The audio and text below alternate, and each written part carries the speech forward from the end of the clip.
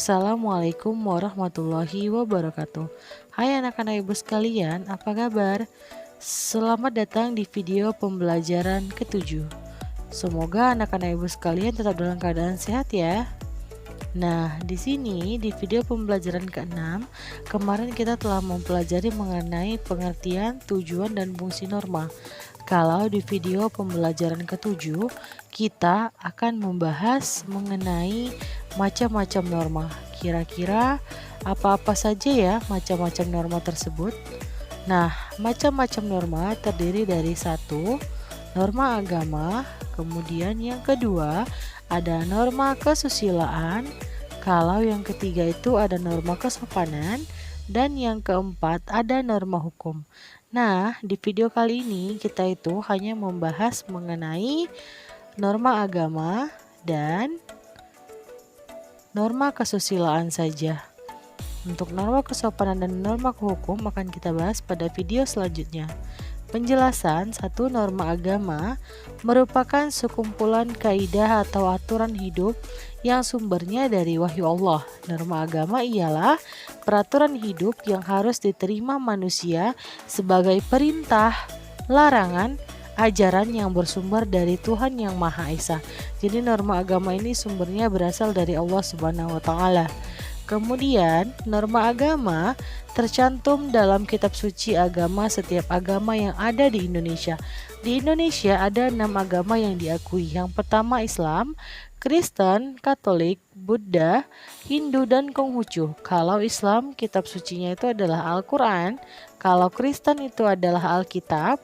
Kemudian kalau dia Katolik itu ada kitab Katolik. Kemudian Buddha itu ada ialah Tripitaka, kemudian Hindu adalah Veda, dan Konghucu adalah Shisho Wujing.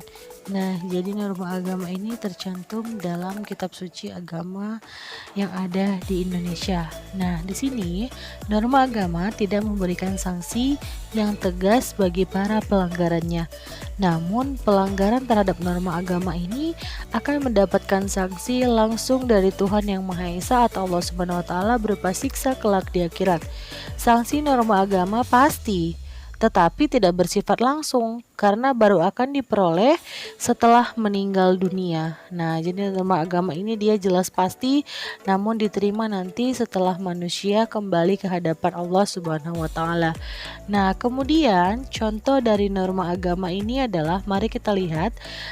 Yang pertama itu adalah beribadah tepat waktu. Nah, di SMP Swasta Al Muslimin Pandan sudah memberikan contoh dari norma agama, yaitu beribadah tepat waktu. Kemudian yang kedua contohnya itu adalah rajin bersedekah. Nah, di Al Muslimin juga sering sekali siswa-siswi diwajibkan bersedekah setiap hari Jumat.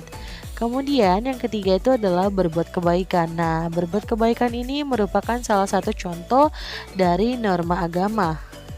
Yang kita bahas yang kedua itu adalah norma kesusilaan. Nah, setiap manusia memiliki hati nurani yang membedakan dengan makhluk lainnya. Norma kesusilaan adalah aturan yang bersumber dari hati nurani manusia tentang apa yang dianggap baik atau tidak baik. Pelanggaran terhadap norma kesusilaan merupakan pelanggaran terhadap perasaannya dan akan mendapatkan sanksi langsung dari masyarakat. Kalau norma agama dari Allah Subhanahu wa taala, kalau kesusilaan langsung dari masyarakat sekitar. Sanksi bagi pelanggar norma kesusilaan tidak tegas karena hanya diri sendiri yang merasakannya, yakni merasa bersalah, menyesal, dan lain-lain. Nah, di sini kita lihat contoh norma kesusilaan.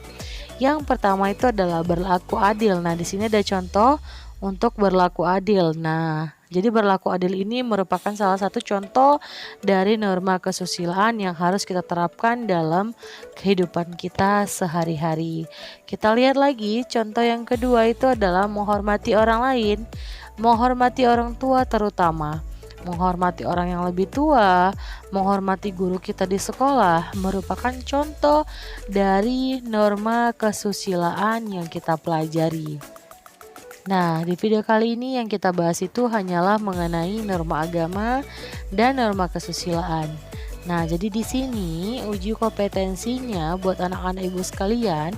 Di pertemuan pertama itu kalian menyimak isi video, memahami isi video, kemudian hanya mencatat isi video. Kemudian nanti di pertemuan keduanya yaitu menuliskan 5 contoh norma agama dan 5 contoh norma kesusilaan pada buku latihan kalian. Nah, baiklah anak-anak ibu, sampai jumpa di video selanjutnya. Apabila ada kata yang salah dan kurang berkenan, ibu mohon maaf dan ibu akhiri dengan mengucapkan salam. Wabillahi taufiq wal hidayah. Wassalamualaikum warahmatullahi wabarakatuh.